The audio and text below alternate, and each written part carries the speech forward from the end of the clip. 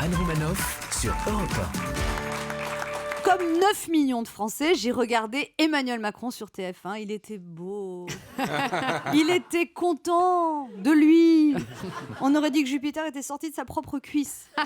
Puis alors les journalistes l'ont interrogé. Mais quelle virulence! Entre David Pujada, Gilles Boulot, Anne-Claire Coudray, je ne sais pas qui était le plus insolent. Je ne sais pas qui le mangeait plus des yeux. Monsieur le Président de la République par-ci, Monsieur le Président par-là. À un moment, j'ai cru qu'ils allaient leur offrir du thé, des petits gâteaux. Alors le président a bien fait les liaisons, hein. Chacune et chacun, toutes et toutes. Ça se voit qu'il est marié avec une prof de français. On ne sait pas si on va s'enrichir avec la politique de Macron, mais grâce à lui, on va enrichir notre vocabulaire avec des nouveaux mots. Enfin, des nouveaux mots, des expressions d'un autre temps, comme croquignolesque. C'est pas évident à caser dans une conversation. Hein. T'arrives en retard au boulot, vous devinerez jamais ce qui m'arrive, et c'est croquignolesque. Mon portable n'a pas sonné, le RR était en panne, mais fichtre, me voilà, ce ne sont pas des fariboles et billevesées. Emmanuel Macron a aussi déclaré « Je vous fiche mon billet ». Alors, c'est peut-être des restes de son lexique d'ancien banquier. Non, mais j'imagine que quand il se tape l'orteil dans le pied du lit, le président, il doit dire « Ça perd l'hypopète ». Imaginez si on parlait tous comme Emmanuel Macron. Léa, par exemple, au volant, quand on lui fait une queue de poisson. Mais va-nu-pied, malotru, quelle conduite croquignolesque, vous mériteriez que je vous insultasse.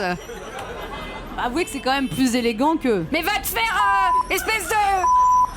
Quand la fiancée d'Arnaud fouille dans son portable et tombe sur des textos compromettants.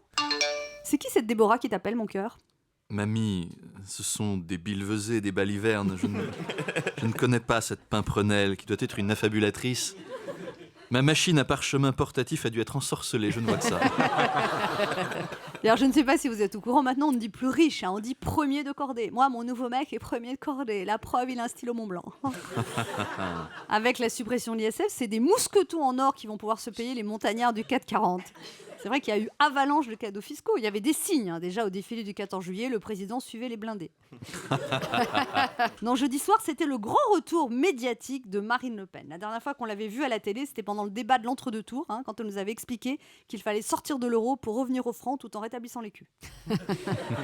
Là, elle nous a annoncé une rénovation profonde de son parti. Elle a dit qu'il faut être un mouvement moins horizontal et plus vertical. Plus vertical, ça y est, elle aussi, elle se voit en première de cordée. Surtout, c'était la première fois qu'elle revenait à la télé depuis son divorce avec Florian Philippot. Florian Philippot, son bras droit, qui avait l'air de s'être levé du pied gauche. Celui qui passait tellement à la télé qu'on croyait qu'il était chroniqueur sur BFM TV. C'est vrai.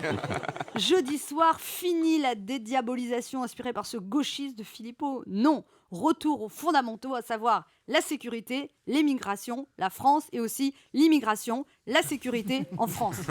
C'était retour vers le futur, enfin vers le passé décomposé. Non, mais on n'est pas gâtés avec les conjugaisons politiques en ce moment. Emmanuel Macron se croit presque parfait, les socialistes se sentent imparfaits, les républicains ont un impératif, se trouvent un dirigeant pour leur futur. Emmanuel Macron parle avec des expressions du passé, Marine Le Pen a des idées du passé, et nous, on aimerait bien que les politiques s'occupent un peu de notre avenir en changeant le présent, parce que clairement, c'est pas dans le passé qu'on trouvera des solutions pour le futur. Anne Romanoff sur Europe 1.